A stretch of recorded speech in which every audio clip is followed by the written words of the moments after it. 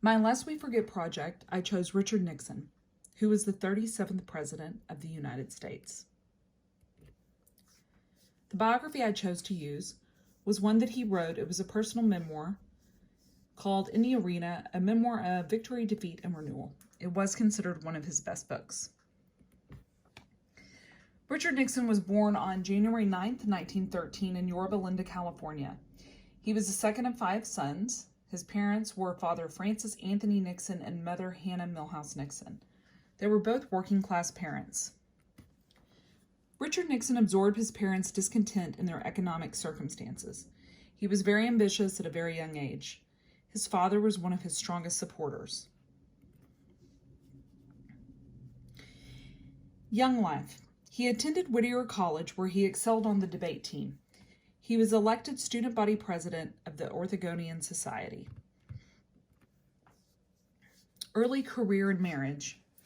Richard and Pat met in 1938, and they were married in 1940. They have 2 daughters, Julia and Tricia. In 1942, he started working as an attorney at the Office for Price Administration, or OPA. This is when he witnessed the first-hand problems of government bureaucracy. This is a collage of pictures of Richard Nixon's travels as president. You can see that his wife traveled with him. She's there, and she's also there in the red coat. He and Pat enjoyed traveling while they were in office and also out of office as well. Political longevity. Richard Nixon's political career stretched over a long period. He defeated 5-term Democrat Congressman Jerry Vujas and was elected to California's U.S. House of Representatives. He also served as vice president under Dwight D. Eisenhower in 1952. On January 20th, 1969, Richard Nixon was inaugurated as the 37th President of the United States.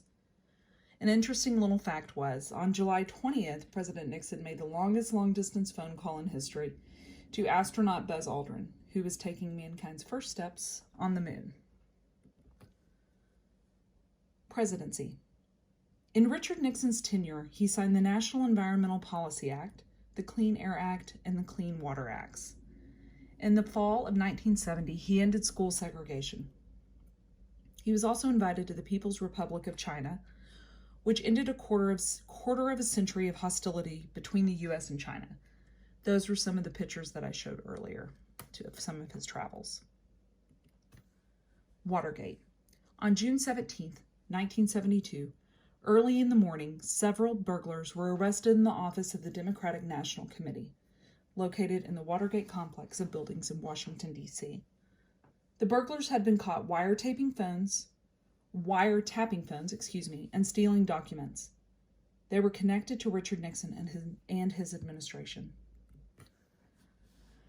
Deep Throat.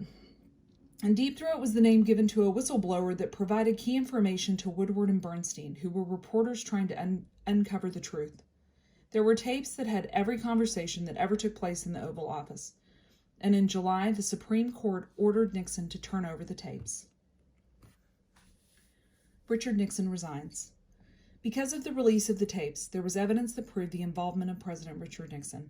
He resigned on August 8th. Vice President Gerald Ford, when he was sworn in for president, pardoned Nixon for any crimes he had committed while in office.